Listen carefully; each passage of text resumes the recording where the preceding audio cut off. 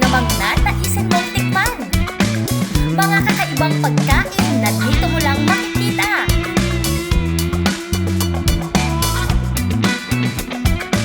Tara na at makisuko dito lang sa Eat Lang ng Eat!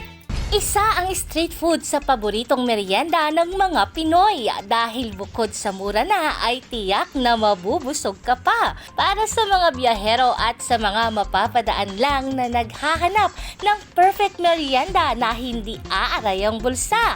Dito sa Santo Domingo, Balok, Nueva Ecija ay mayroong hinihintuan ng mga motorista.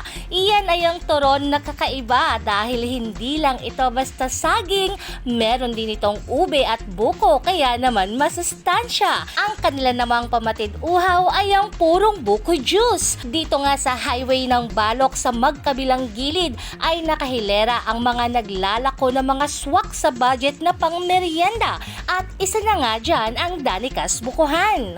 Kasi po ako nung nag-testing po kami ng ube na maglagay ng marami pong bumili na maraming nasarapan sa may ube. Kaya ayun po, nagdire-diretso na po kami naggawa ng ube. 7 years na umano mula noong nagsimula ang Danikas Bukuhan. Binanggit ni Nanay Roquel na ang tindahan ay sa kanyang kapatid ngunit ipinaubaya ito sa kanya. Kasama niya ang kanyang pamangkin kung saan ipinangalan ang kanilang tindahan. At syempre, hindi natin ito palalampasin. Amin ngang tinikman ang kanilang mga merienda na talaga namang nagpa-happy sa aming mga tiyan. Magmula sa kanilang turon na nangingibabaw ang lasa ng ube hanggang sa fresh na buko juice. Inaabot sa 100 hanggang 150 pieces na turon ang nagagawa at nabebenta nila Nanay Raquel kada araw. At umaabot naman sa 20 pieces ng buko ang nabibiyak nila para sa kanilang buko juice.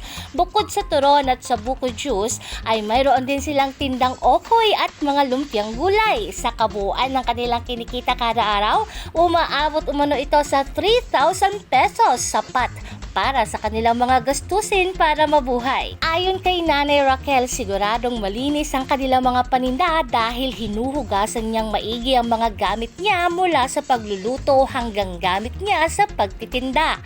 Ang kanilang turon ay mabibili lang sa halagang 5 pesos kada piraso.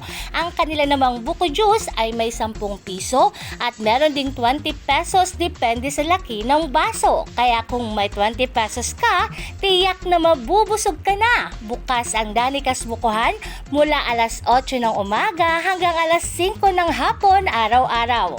Sa mga gustong bumili dito po sa Bukuhan ni Danica, masarap ang aming buko press, ang aming turon, masarap. May ube, may buko, may saging. Huwag palampasin ang budget-friendly pero yummy na pantawid gutom at uhaw pag nagawi kayo rito sa Balok, Nueva Ecija. Marami kayong pagpipilian para maging happy ang tiyan. Jovelyn Astrero para sa Balitang Unang Sigaw.